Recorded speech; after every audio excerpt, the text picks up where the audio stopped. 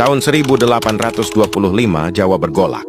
Seorang pangeran dari Yogyakarta bangkit melawan penjajah, Pangeran Diponegoro.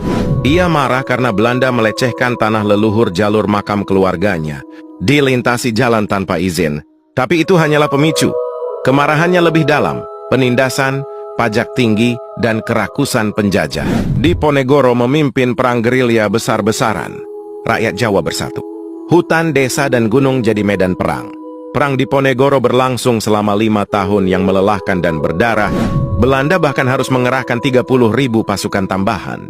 Tapi pada 1830, dengan licik Diponegoro ditangkap saat negosiasi. Ia diasingkan ke Makassar hingga akhir hayat. Namun perjuangannya dikenang sebagai simbol perlawanan rakyat Indonesia. Tahun 1825 Jawa bergolak.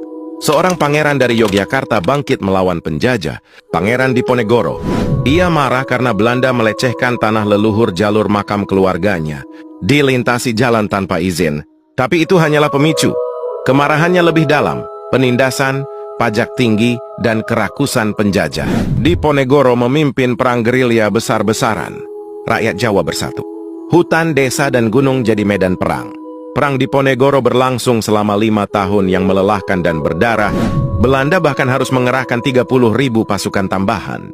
Tapi pada 1830, dengan licik Diponegoro ditangkap saat negosiasi. Ia diasingkan ke Makassar hingga akhir hayat.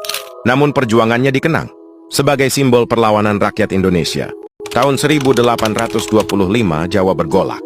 Seorang pangeran dari Yogyakarta bangkit melawan penjajah, Pangeran Diponegoro. Ia marah karena Belanda melecehkan tanah leluhur jalur makam keluarganya, dilintasi jalan tanpa izin. Tapi itu hanyalah pemicu. Kemarahannya lebih dalam, penindasan, pajak tinggi, dan kerakusan penjajah. Diponegoro memimpin perang gerilya besar-besaran. Rakyat Jawa bersatu. Hutan, desa, dan gunung jadi medan perang. Perang Diponegoro berlangsung selama 5 tahun yang melelahkan dan berdarah. Belanda bahkan harus mengerahkan 30.000 pasukan tambahan. Tapi pada 1830, dengan licik Diponegoro ditangkap saat negosiasi. Ia diasingkan ke Makassar hingga akhir hayat. Namun perjuangannya dikenang sebagai simbol perlawanan rakyat Indonesia. Tahun 1825 Jawa bergolak. Seorang pangeran dari Yogyakarta bangkit melawan penjajah, Pangeran Diponegoro. Ia marah karena Belanda melecehkan tanah leluhur jalur makam keluarganya, dilintasi jalan tanpa izin. Tapi itu hanyalah pemicu. Kemarahannya lebih dalam, penindasan, pajak tinggi, dan kerakusan penjajah.